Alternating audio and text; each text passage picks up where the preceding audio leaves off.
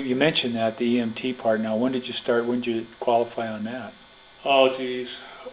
The fire district I was in Bozeman, well, I'd already started it kind of because of the jumping and stuff, but they needed EMTs. This is the local fire, local volunteer fire? department. Yeah. So there was 3 of us that got in it together, and we got all of our training. And I was a little more fortunate than the other 2 guys, because then I could go and do some stuff in the summer with the Forest Service too, and so it kind of gave me a little more rounded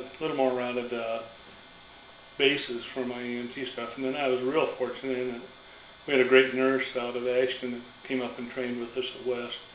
She was the EMT coordinator from down there, and then of course Jigs Parker, he was the coordinator up at Flathead. So we had great people to train us. So so that was in the 90s?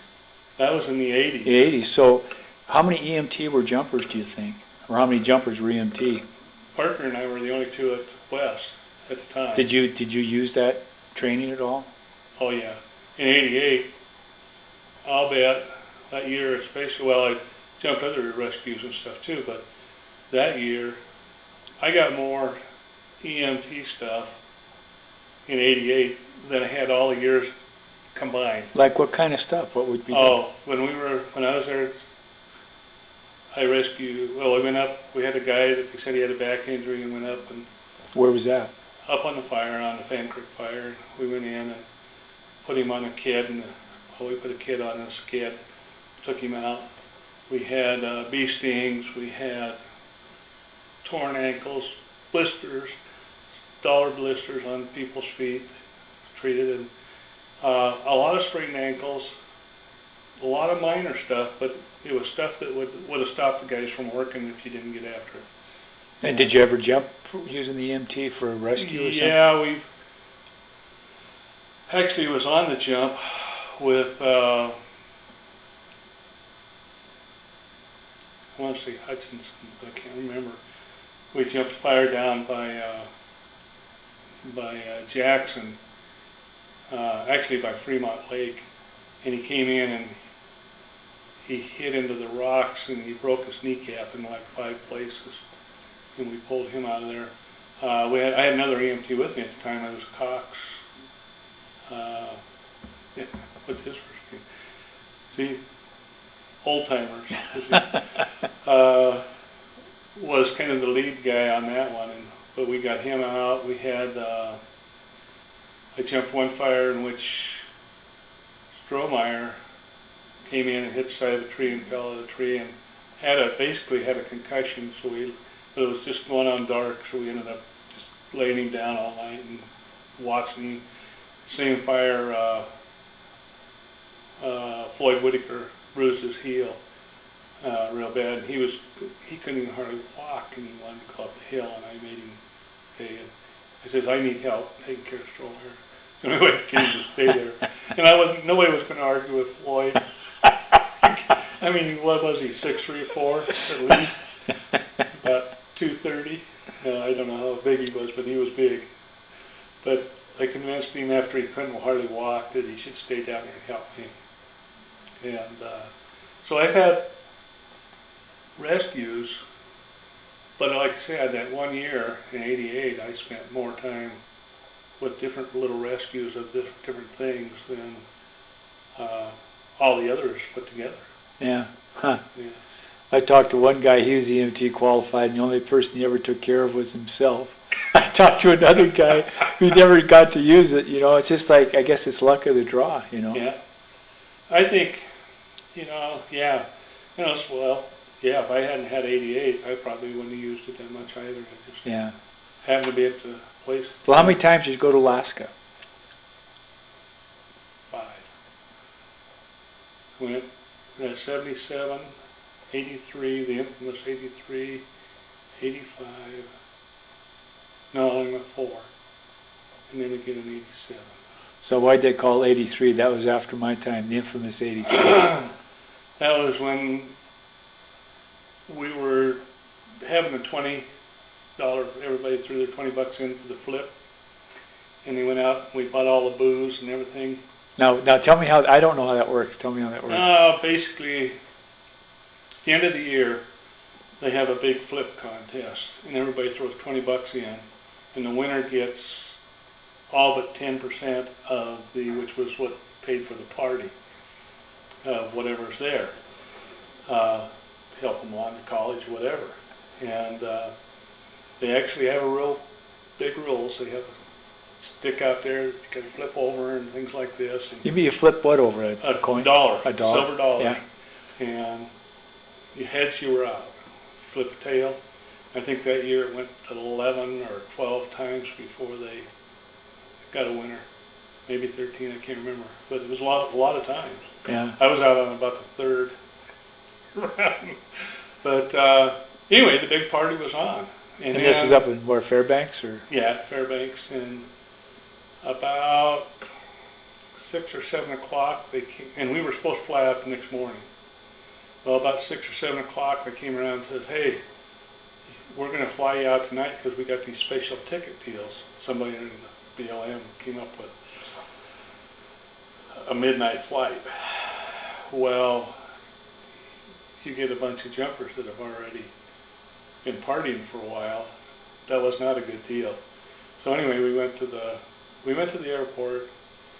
I ended up getting suspended for a couple days for being too loud on the plane. I was talking to a couple of Greensville buddies from behind, and we were just too loud.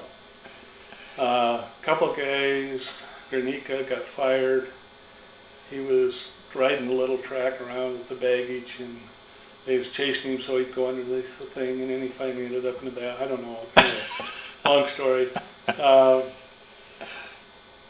Cox made a real gross error when we got back. Bowman was the head of the Smokejumpers there at Missoula, and he says, let's go down to the forest and have one if you want to be one of us. That didn't settle real well, and he'd already dropped, I forget, because one of the squad leaders was getting the tickets at the window in Fairbanks, and he had on a pair of sweatpants, and he went up and and dropped his drawers for him, and then he backed up laughing and knocked an old lady over. So that kind of, and he just said, I'm not putting up with this, and he just says, fire me, I don't care, I'm gone. And Bolane was the other one that got canned. Oh, and man. He came back later. So anyway, yeah, it was, the infamous year of '83. I think that was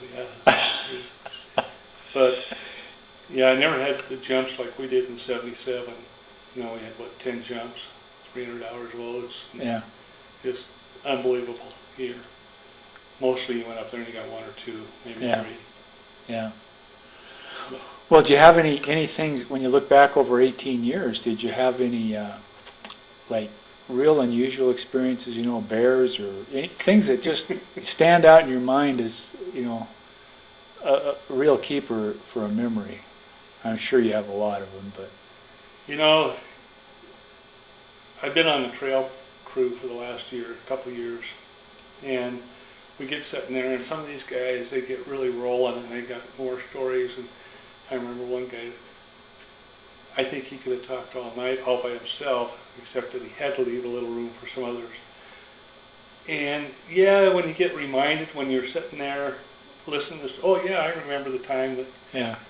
But generally speaking, just had a great. It was the ideal world for me, because being a teacher and sitting behind a desk and working in an administrative position for 9 months, and then to turn around and go out in the woods and, to me, just play. In other words, do things you really enjoyed, sawing trees down and fighting fire, and just, I had a couple times that I'll tell you, I remember once down there by Bondurant in Wyoming, John Hewlin, who just retired as the base manager at West, we got this fire. We thought we could pinch it off really easy, so we put splitter crew up on each side. We got up to the top, and we were racing to hook it. And I don't think I ever was quite so nervous that maybe it was going to jump our line below us.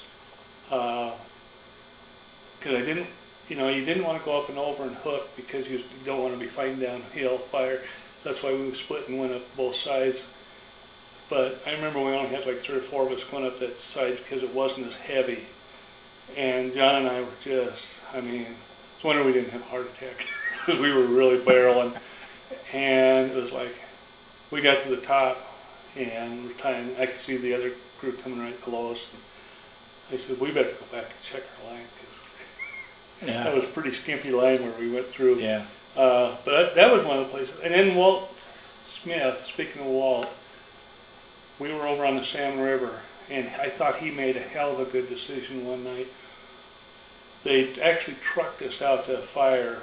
We couldn't jump because it was too windy, and we landed. They trucked us up to this fire, and they wanted us to go down and dig downhill into the Salmon River.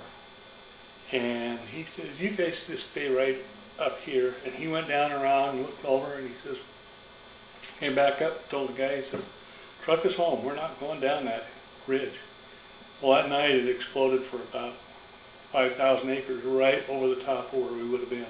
Good call. Hell of a call. Had some great